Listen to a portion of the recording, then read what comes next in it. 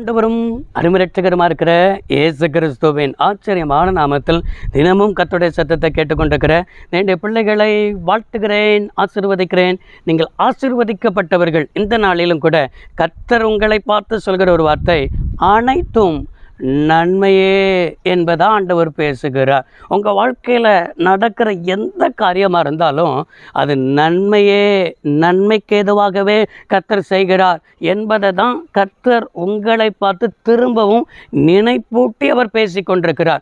ரோமர் 8ஆம் அதிகாரம் 28வது வசனத்தில் இவ்வாறாய் பார்க்க முடிகிறது. அன்றியும் அவருடைய தீர்மானத்தின்படி அழைக்கப்பட்டு தேவனிடத்தில் அன்பு கூறுகிறவர்களுக்கு சகலமும் நன்மைக்கு ஏதுவாய் நடக்கிறது என்று அறிந்திருக்கிறோம் என்று என்ன செய்யப்பட்டிருக்கிறது, எழுதப்பட்டிருக்கிறதை பார்க்க முடிகிறது. ரோமாபுரி திருச்சபைக்கு அப்போஸ்தலனாய் இருக்கிற பவுல் மூலமாய் ஆவியானவர் திருவளம் பற்றுகிற ஒரு வார்த்தையை நன்றாய் கவனிக்க முடிகிறது. அன்றியும் அவருடைய தீர்மானத்தின்படி அழைக்கப்பட்டவர்களாய் நீங்களும் நானும் கர்த்தருடைய தீர்மானத்தின்படி தான் ஆண்டவர் அழைத்திருக்கிறார். நம்ம இருக்கிற சுற்றிலும் இருக்கிறவர்கள் எவ்வளோ படித்தவர்கள் இருக்கிறார்கள், அதிகாரத்தில் உள்ளவர்கள் இருக்கிறார்கள், பணம் பலம் படைத்தவர்கள் இருக்கிறார்கள். அவர்களெல்லாம் கர்த்தர் தெரிந்து கொள்ளாமல் இழிவானதையும் அற்பமானதையும் ஆண்டவர் தெரிந்து கொண்டிருக்கிறார்னா நம்ம மேலே ஆண்டவருடைய தீர்மானம். இந்த தீர்மானத்தின்படி தான் கர்த்தர் அழைத்திருக்கிறார். நீங்கள் தற்செயலாய் ஆலயத்துக்கு வரலை, நீங்கள் தற்செயலாய் இந்த என்ன சின்ன வார்த்தையை கேட்கலை. இந்த வார்த்தையை கேட்கறது கூட அவருடைய தீர்மானம் தான். நீங்கள் ரட்சிக்கப்பட்டதும் அவருடைய தீர்மானம் தான். எல்லாமே அவருடைய தீர்மானத்தின்படி தான் என்ன செய்கிறது, கர்த்தர் எல்லாவற்றையும் செய்து கொண்டிருக்கிறார். அவனை நடக்கிறதெல்லாம் நன்மையே அப்படின்னா தேவனிடத்தில் அன்பு கூறுகிறவளுக்கு, அவனா வசனத்தை கை கொள்கிறவளுக்கு. ஒருவன் என்னிடத்தில் அன்பாய் இருந்தால் என் வசனத்தை கை கொள்கிறவனா என்ன செய்வான் இருப்பான்.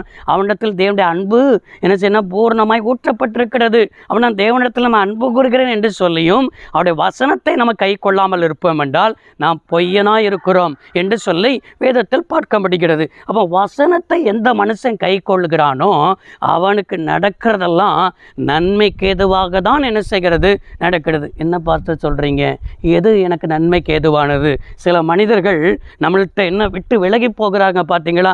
நல்லா பேசிக்கிட்டு இருந்தாங்க, இது வரைக்கும் எனக்கு ஆசீர்வாதமாக கூட இருந்தவர்கள், ஆனால் திடீரென்று என்ற பேச நிப்பாட்டிட்டாங்க, என்னை பார்த்தா விலகி போகிறாங்க, என் ஃபோனை எடுக்கிறது கிடையாது இப்படின்னு சொல்லி நினைக்கிறீங்களா? அதுவும் நன்மைக்கு தாங்க. ஆண்டவர் எதை செஞ்சாலும் நன்மைக்கு தான் செய்வார். சில நண்பர்களை உங்களை விட்டு என்ன செய்ய விளக்குகிறாரா? சில உறவுகள் உங்களை விட்டு முறிக்கப்படுகிறதா? எது நடக்கிறது? எந்த ஒரு காரியம் பிஸ்னஸ் காரியத்தில் முயற்சி பண்ணி நடக்கலையா? இல்லை என்று சொன்னால் புதிய காரியத்தை ஆரம்பிக்க நினைக்கிறது தாமதமாக இருக்கிறதா? ஏதோ ஒரு காரியங்கள் உங்கள் இருதயத்தை பாதிக்கிறதை போல இருக்கிறதா? எந்த ஒரு காரியமாக இருந்தாலும் உங்களுடைய வாழ்க்கையில் தான் ஏன் எனக்கு இப்படி இருக்கிறது, ஏன் எனக்கு இப்படி சம்பவிக்கிறது, ஏன் என்னால் தாங்கிக் கொள்ள முடியலையே? நீங்கள் நினைப்பீங்க உங்களுக்கு கடந்த காலம் தெரியலாம், நிகழ்காலம் தெரியலாம், ஆனால் எதிர்காலம் உங்களுக்கு தெரியாது. எதிர்காலம் கர்த்தருக்கு தான் தெரியும். எதிர்காலத்தில் இந்த காரியம் உங்கள் வாழ்க்கையில் என்னச்சுன்னு சொன்னால் இப்போ நன்மை மாதிரி தெரியும், ஆனால் எதிர்காலத்தில் அது உனக்கு நன்மையாக இல்லாது என்பதற்காக தான் சில காரியத்தை கர்த்தர் உங்களுக்கு செய்கிறார். கர்த்தர் உங்களுக்கு செய்கிறதெல்லாமே அவர் செய்கிறதெல்லாம் நன்மைக்கு ஏதுவானதே, நன்மையே கர்த்தர் எனக்கு செய்கிறார் என்று நினைத்து கர்த்தரை சோத்திரம் பண்ணுங்க. நீங்கள் சோத்திரம் பண்ணி பாருங்கள், உங்களுடைய எதிர்காலங்கள், உங்களுடைய ஆண்டவர் திட்டம் பண்ணினது எல்லாமே அதுக்கு நேராக ஆவியானவர் நடத்துகிறார். நன்மையாகவே நடக்கும், நன்மையாகவே கர்த்தர் செய்வார். எனவே இதை புரிந்து கொள்வதற்குரிய இருதயத்தை எனக்கு தாங்கன்னு சொல்லி கேளுங்க, கர்த்தர் அப்படியே அற்புதத்தை செய்வார். ஜோமனுவோம். சர்வ வல்லமையுள்ள தெய்வமே, அருமை தகப்பனே, இன்றைக்கு உடைய பிள்ளையுடைய வாழ்க்கையில் நடக்கிறதெல்லாம் நன்மைக்கு ஏதுவானதான் நடக்கிறது.